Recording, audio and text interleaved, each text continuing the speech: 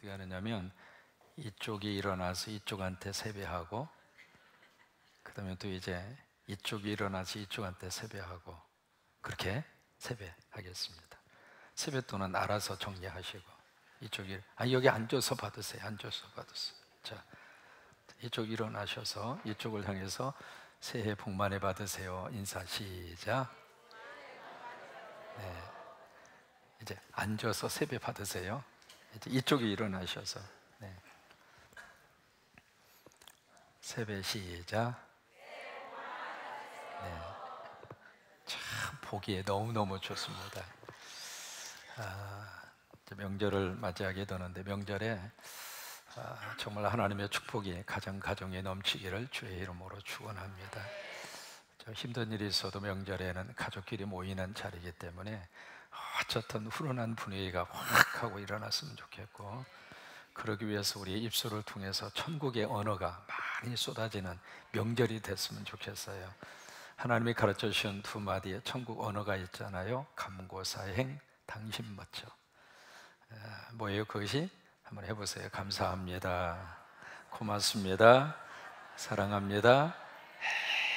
마지막은 길게 뺄수록 좋아요. 하나님 나 불행해요. 아니에요. 그래도 행복하다고 이야기하세요. 왜냐하면 너희 말이 내 귀에 들리는 대로 내가 시행하리라.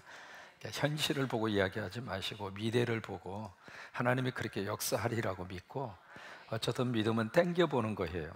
믿음은 바라는 것들의 실상이요 보지 못하는 것들의 증거라. 그러니까 우리는 땡겨보는 사람이에요. 우리가 천국을 땡겨서 이 세상에서 사는 사람이요.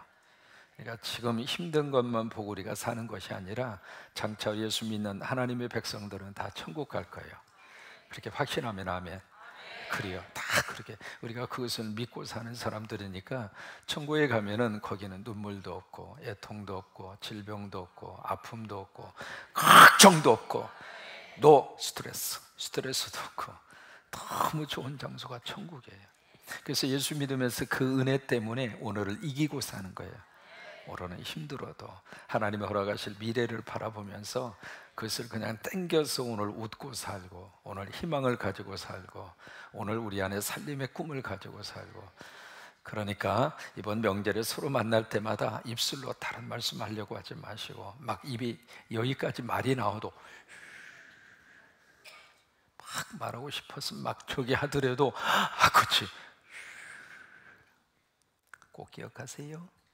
하나님이 비디오로 다 찍어 놓을 거예요. 그러니까 다른 말들은 하지 마시고 이 두 마디의 말씀, 첫 번째로 감사합니다, 고맙습니다, 사랑합니다. 네 번째 뭐예요? 서로 이제 조카들 만나면 아이고 그래 조카 고맙네, 감사.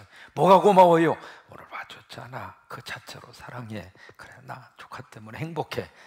오늘 연습을 좀 해야 내일부터 잘 할 거니까. 시작. 감사합니다, 고맙습니다, 사랑합니다, 행복합니다. 그 말만 많이 하시고, 그리고 나서 주일날 오시기를 바랍니다. 했는지 안 했는지 얼굴 보면 조금 알아. 그러니까 5,000원 만에 온 가족이 모였는데 싫은 소리 하지 말고 하고 싶은 말, 그 다음에 뭐 그런 말 안 해도 괜찮아요. 안 해도 다 본인이 알고, 그리고 또 하나님이 알고 그러면 돼요. 그러니까 그런 말씀들은 절대 하지 마시고 그냥 만나면 무슨 말부터 해요? 감사합니다. 잊어버리면 안 돼요. 다시 시작. 감사합니다. 나한테만 그러지 말고 옆에 있는 분 보시면서 시작. 감사합니다, 고맙습니다, 사랑합니다, 행복합니다. 그래, 그 말만 온 가족이 모였을 때 그 말만 많이 그렇게 하시기를 바라고, 두 번째로 당신 멋져. 예수님처럼 당당하게 이번 명절 맞이하시기를 바라고, 예수님처럼 신나게, 예수님처럼 멋있고, 예수님처럼 저주살 그의 압축 파일로 만들면 당신 멋져. 특히 이런 명절이 돌아오면 신앙인들은 갈등을 가지게 되는 경우들이 있는데 그게 제사 문제예요. 그래서 꼭 기도합니다. 이번 명절에 하나님 영적으로 죄짓지 않게 해 주옵소서. 특별히 우리가 십계명을 지금 배우고 있는데 내 앞에 다른 신 두지 말아라. 우리가 여러분 제사 문제는 꼭 영적으로 우리가 극복하고 뛰어넘어야 할, 믿음으로 승리해야 할 문제이지 제사 문제는 타협할 문제가 아니에요. 그러니까 예수 믿고 딱 우리가 영적으로요, 딱 영적인 내 자존심을 딱 붙잡고 지면 안 돼요. 그러니까 만약에 그런 분위기가 잘 형성이 돼서 예배 드리면 최고로 좋고, 여러분 주일날 나누어 드렸잖아요. 그 예배지 가지고 그냥 순서대로 쭉 예배 드리면, 모처럼 모였는데 대표기도 할 때 너무 오래 하지 마세요. 대표기도 30분 하면 그 다음부터 예배 드리자면 학을 띄어. 그러니까 지혜롭게, 그때는 예배 속에는 간단하고 길고 그런 건 없어요. 예배는 예배예요. 그러니까 짧은 시간에 드리는 예배도 예배고, 길게 드려도 예배는 예배고, 다 예배거든요. 그러니까 그 순서지 가지고 여러분 예배를 시작해서 마무리 하시더라도 거의 10분 이내로 다 끝나요. 그러니까 그 예배 순서지 가지고 그냥 쭉 읽으시라고요. 읽으시라고. 내가 이때 한번 폼 한번 잡아보자 해가지고 눈 감고 비우는 것이 없으니까 밥상 다 차려놓고 말이죠. 다 밥 먹으려고 그러는데 그냥 기도가 안 끝나는 거예요. 그냥 창조부터 시작을 해가지고 이게 출애굽으로 해가지고 그냥 민수기에서 레위기가 얼마나 복잡합니까? 그냥 고유를 넘어서나 싶었더니 이제 여호수아라고 가가지고 이제는 또 사사 시대까지 막 흘러 들어가가지고 그냥 이게 끝날 기미가 안 보여. 심지어 나중에 계시록에 가서 예수님의 이름으로 기도합니다 아멘해서 봤더니 다 가버리고 아무도 없더래. 나중에 어떻게 된 거냐고 그랬더니 어떻게 된 거예요? 그랬더니 또 끝날 것 같지 않았어. 중간에 일어나서 가버렸다고 그랬어. 그러면서 하는 말, 아니, 나는 출애굽기 때 와버렸어. 그렇게 하지 말고. 그래서 가능한 한 여러분 이번 명절에 다 예배로 앞서가신 부모님도 그렇게 해서 기억하시고, 그렇게 해서 우리가 추모하시기를 바라고, 산소에 가서도 기도로 그렇게 해서 추모를 하시기를 바라고. 아셨죠? 그게 우리 믿는 사람이 하나님 앞에서 추모하는 너무 좋은 영적인 방법이에요. 또 하나, 나는 그렇게 하고 싶은데 전체 분위기 자체가 집안 어르신네들이 막 다른 쪽으로 몰고 가면 딱 이야기하세요. 나 군산 성광교회 나간다고. 시작. 소속을 밝히라고요. 어느 교회 나가세요? 그런 교회 있어요. 어느 교회 나가서 저기 있어요. 그러면 안 돼. 내 영적 소속이 딱 속해져 있는 교회 이름을 이야기할 수 있어야 돼. 그래서 나 군산 성광교회 나간다고. 근데 거기 있는 목사님이 이럴 때 이렇게 하라고 그러. 어떻게 하라고 그랬는데, 당신들 방법대로 하라고. 절을 하든 뭘 하든 난 내 방법대로 내 조상을 생각하고 부모님 기억하고 효도하겠다고. 방법으로 나는 내 식대로 하겠다고. 근데 거기에 누가 뭐라고 그랬어요? 그러면 그분들 방법대로 하라고 내싸두고 거기서 뭐 멱살 잡고 싸우지 마시고, 그냥 상을 업고 막 그러지 마시고 그 방법대로 놔도. 왜? 때가 되면 하나님이 부르셔요. 그때가 될 때까지는 좀 인내하고 좀 참을 필요가 있어. 그러니까 하나님이 역사하실 때까지 좀 기다려 주셔야 될 필요가 있으니까. 그리고 그분들을 방법대로 하시라고 그러고, 여러분은 교회에서 논아준 거 있잖아요. 이거 딱 가져와서 기도문 그것만 읽어. 그건 할 수 있잖아요. 그것만 간절하게 그냥 책 읽듯이 읽지 말고 다 같이 눈 좀 감으라고 그러고. 왜 써가지고 온 거 들키면 좀 그렇잖아. 다 눈 감으라고 그러고 간절한 마음으로 그렇게 기도하면 하나님이 그 기도 받으셔. 그래서 이번 명절에 여러분 큰 소리 나지 않고 다 행복하게 잘 보내셨으면 좋겠어요. 그렇죠? 먼 길 그리고 보고자 아파서 왔는데 그냥 속상해서 돌아가면 그 다음에 보내놓고 나서도 마음이 아프고, 그리고 나서 늘 마음속이 기름직하니까 하고 싶은 말이 있어도 시작. 그리고 우리 입술 열릴 때마다 감사합니다, 고맙습니다, 사랑합니다, 행복합니다. 누구를 보아도, 작은 엄마를 보아도, 그 다음에 손주를 보아도, 아들을 보아도, 며느리를 보아도, 누구를 보아도, 부모님을 뵈어도 그저 아버님 감사해요, 고마워요, 사랑해요, 행복해요. 그렇게 하시는 명절이 되셨으면 좋겠고, 또 하나, 예수님처럼 당당하게 내가 예수 믿는다고 하는 것을 분명하게 딱 밝혀요. 나는 우리 성광교회 나가는 성도라고, 난 교인이라고 어깨 쫙 펴고. 여러분 어떤 일이 있어도 기죽지 마시고. 아셨죠? 여러분은 하나님의 자녀야. 그러니까 세상 앞에서 절대로 그러지 마시고 어깨 딱 피면서 예수님처럼 당당하게, 또 하나 예수님처럼 신나게. 왜? 우리 미래는 하나님의 손에 달려있어요. 하나님이 우리 굶기시겠느냐고요? 하나님이 우리 완전히 처박아 놓고 내버려 두겠느냐고? 그렇지 않아요. 우리 아버지는 우리와 함께 하셔요.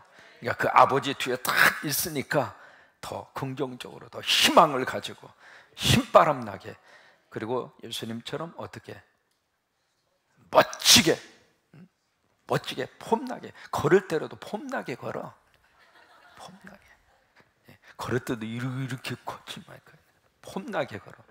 그리고 또 결정적인 순간에는 십자가 딱 의지하고 예수님의 십자가 정신 생각하면서, 그래서 당신 멋져. 자, 서로 한번 시작. 손 이렇게 하시고 시작. 당신 멋져. 당신. 오늘 이제 십계명 9번째 계명인데, 여기에 보시면은 내 이웃에 대해서 거짓 뭐 하지 말라, 증거하지 말라. 거기 보시면은 다른 이웃이 아닙니다. 누구 이웃이에요? 내 이웃이에요. 영어로 이제 your neighbor라고 하는 말을 씁니다. 내 이웃에 대해서. 여러분, 이 이웃이라고 하는 이 개념 속에는 무슨 의미를 가지고 있느냐면 친척, 그리고 형제, 그리고 동료라고 하는 뜻이 있습니다. 그러니까 아주 가까운 사이를 말하는 거예요. 그러니까 어떤 남남과의 관계 속에서 거짓 증거, 그것을 말씀하기보다는 가장 가까운 사이였어요. 여러분, 내 이웃 가운데 가장 가까운 이웃이 누구냐면 부부 사이입니다. 그게 이웃이에요. 그리고 부모와 자식의 관계, 그게 이웃이에요. 또 하나, 성도들은 성도와 성도 사이가 이웃이에요. 그 이웃이거든요. 가장 가까운 사이, 친밀한 관계. 근데 그 다른 사람이 이웃이 아니라 바로 너의 이웃이에요. 나하고 그런 관계를 지금 맺고 있는 그 이웃인데, 그래서 누구보다도 늘 만나는 사람이고, 누구보다도 늘 가까이 하는 사람이고, 누구보다도 보고 살아야 할 사람, 그것이 바로 여기서 말씀하시는 그 이웃이에요. 근데 그 이웃에 대해서 뭘 하지 말라고 그러냐면 거짓 뭐 하지 말라, 증거. 이 증거라고 하는 말을 다른 말로 말하면 거짓 증언입니다. 영어로 테스트모니. 거짓 증언하지 말라. 거짓으로 어떤 증언을 하거나 거짓으로 어떤 증거를 제시하지 말아라, 그거예요. 여러분, 이 말씀을 왜 주셨을까? 이게 이제 법적인 용어거든요. 법적인 용어. 바로 이제 그 당시에 법적인 그런 법정에서 이웃과의 관계에서 문제가 생겨서 법정에 이제 재판을 받기 위해서 딱 섰는데, 지금하고 이제 다르잖아요, 시스템 자체가. 그때에는 이웃에 대한 증거가 법정에서 최고로 증거 있는, 채택될 수 있는 유일한 것이 그거예요. 그래서 이 증언을 할 때에도 신명기에 보시면은 한 사람의 증언을 가지고는 법적인 효력이 없습니다. 최소한 몇 사람이냐면 2사람 이상이에요. 왜 그러냐? 이 2사람 이상을 같이 불러다 놓고 법적인 증언 내에 서서 증언하도록 한 것이 아니라 따로따로. 그래서 2사람의 증언이 딱 일치가 됐을 때 법적인 효력으로 그 증거를 채택하는 거예요. 그것이 이제 그 당시에 재판을 가장 공정하게 할 수 있는 그런 방법이에요. 지금은요, CCTV도 있고요. 와, 세상에, 어제 우리 쇼트트랙 500m 우리 한국 선수가 세상에 은메달 탄 거예요. 와, 세상에, 그 친구 당차대. 성은에 이제 나하고 다르더라고. 그분은 최시더라고. 세상에 3등으로 달려가다가 2등으로 해서 어쩌든 간에 막 끼어들어서 환상도로 딱 골인을 해서 간만의 차이로 은메달. 그래서 자막에도 은메달 딱 정말. 그래서 은메달 딴 줄로 알았는데 세상에 어떻게 됐어요? 페널티 받아가지고 실격돼 버린 거예요. 어따매. 우리가 보기에는 그 옆에 있는 그 선수가 이렇게 친 것 같은데 우리 선수가 잘못했다는 거예요. 그래서 이제 그것이 규칙이 어긋나서 결국 메달권에서 벗어났잖아요. 지금은 이 아이스케이트나 쇼트트랙이나 이게 전부 다 비디오 판독을 합니다. 그것도 한 군데서만 찍는 것이 아니라 다각도로 다 비디오, 이 카메라로 다 찍어서 그것을 가지고 엄격하게 심판, 5사람과 6사람이 딱 봐서 심판을 보기 때문에, 옛날 같은 경우에는 그런 시스템이 발달이 되어져 있지 않을 때에는요, 이 스케이트 선수들이 가면서 잡아당기기도 하고 태클을 걸기도 하고 뭐 그런 일이 비일비재했다는 거예요. 이제 그때는 그렇게 넘어갈 수가 있었는데 지금은 그런 세상이 아닌 거예요. 다 그냥 전부 다 증거 자료를 제시하기 때문에 누구도 거기에 대해서 딴지를 걸 수가 없는 거예요. 근데 고대 사회에서는 그런 게 없잖아요. 유일하게 증언하는 사람의 증언, 그것만 법정에서 우리가 들을 수 있기 때문에, 그래서 이제 두 사람 이상의 증언을 할 수 있도록 그렇게 만들어 놓은 거거든요. 근데 그 증언 자체가 잘못되면 재판 어떻게 될 것 같아요? 재판이 공정하게 이루어질 수 없는 거예요. 그런 재판이 공정하게 이루어지지 않으면 억울한 사람이 나올 수밖에 없는 거예요. 그러면 이 거짓 증거의 뒤에 바로 뭐가 있는가? 바로 거짓의 영이 있는 거예요. 거짓의 영. 거짓 증거하게 하는 거짓의 영이. 이것이 요한복음 8장 44절에 보시면 예수님은 그렇게 말씀하세요. 너희는 거짓의 아비에게서 났다. 거짓말을 하게 하는 거짓의 영이 그 속에 들어가서 그 사람을 하여금 거짓말을 하게 한다고 말이에요. 이게요, 사람이 영국에서 무슨 대회가 있었냐면 거짓말 대회가 열렸어요. 거짓말 대회가 열렸는데 내놓으라는 사람 다 들어와서 이제 각자 거짓말을 가지고 거짓말 챔피언을 뽑는데, 한 사람이 딱 나와서 그렇게 이야기합니다. 세상에 내가 길을 딱 오는데 말이야, 엄청나게 큰 바위가 거미줄에 대롱대롱 매달려 있는 것을 내 눈으로 똑똑히 봤다고.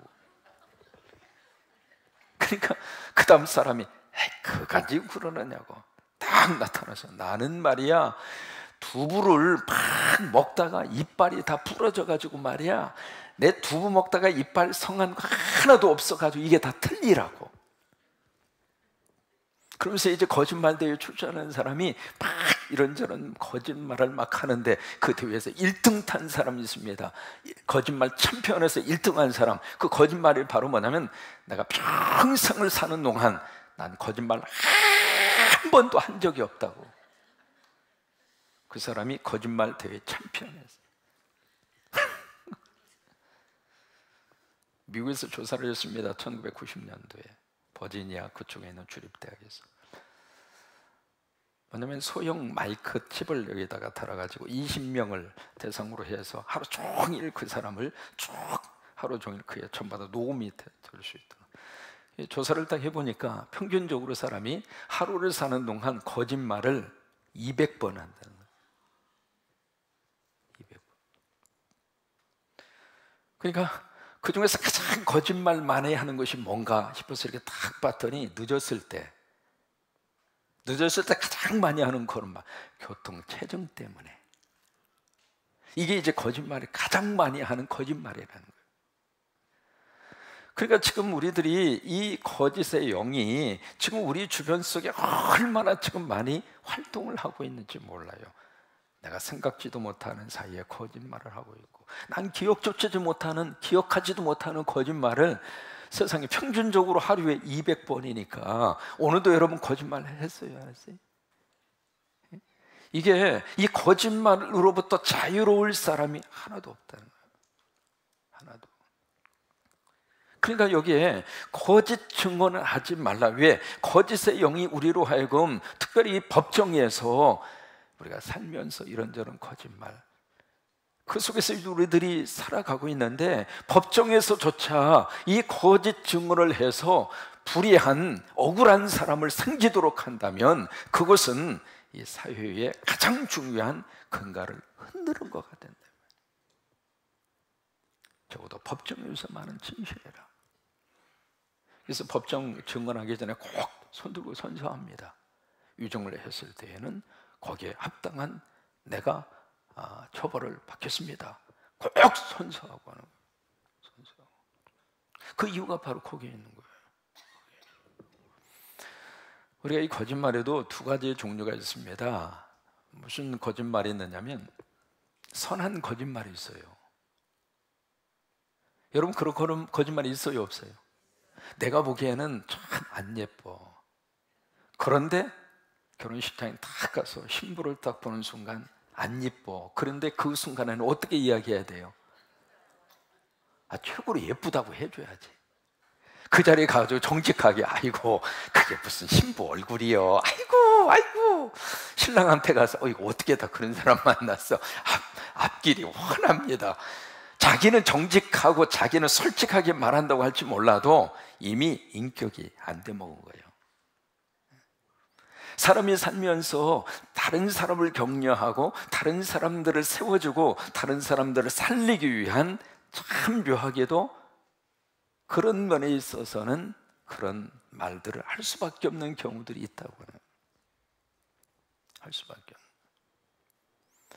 없는. 여러분 이제 그 플라시보 효과라고 하는 거 들어보셨어요? 플라시보 효과. 뭐냐면 약을 주는데 이 약이 사실은 거기에 맞는 그 약이 아니에요. 근데 그 약을 탁 주면서 이거 감기에 직방이라고, 이거 잡수시면 감기가 싹 떨어진다고. 그런데 이 성분 자체가 거기에 맞는 약이 아니거든요. 근데 그 약을 딱 줬는데 세상에, 근데 그 약을 지어주는 의사가 유명한 사람일수록 플라시보 효과가 더 커지는 거예요.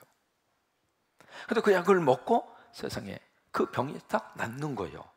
근데 그 약의 재료는 그게 아니거든요. 이게 어디서 나오느냐면 2차 세계대전 때 환자는 막 발생을 하고, 그리고 거기에 제공하는 약은 딸리고, 그래서 밀가루로 약을 만든 거예요.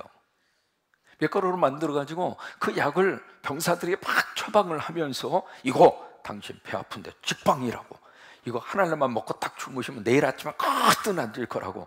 그렇게 해서 밀가루로 만든 약을 주었는데 세상에 그 병사들의 병이 다 나선 거예요. 그래서 그걸 플라시보 효과라고 그래요. 플라시보.